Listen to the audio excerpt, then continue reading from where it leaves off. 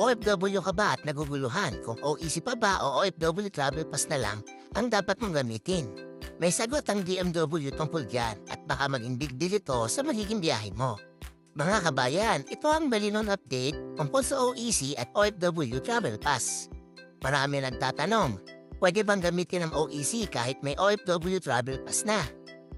Ang sagot po ay yes, oo pwede po. Pwede po yan pero dapat meron kang tandaan. Ayon sa DMW, nasa transition period pa ang bagong sistema.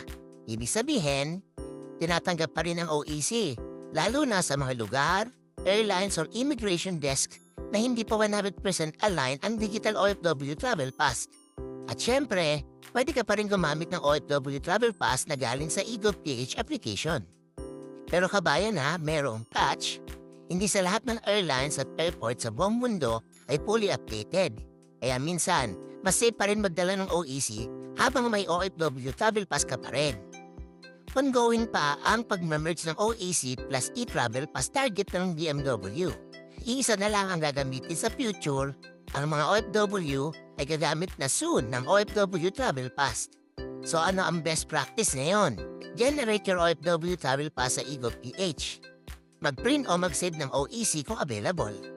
Dalawa ang hawak mo, iwas hold, iwas stress, iwas amara sa immigration. Siyempre, meron ka ng OEC, meron ka pang OFW Travel Pass. Kaya mga kabayan tandaan, kailangan natin mag-adjust sa mga sistema ngayon.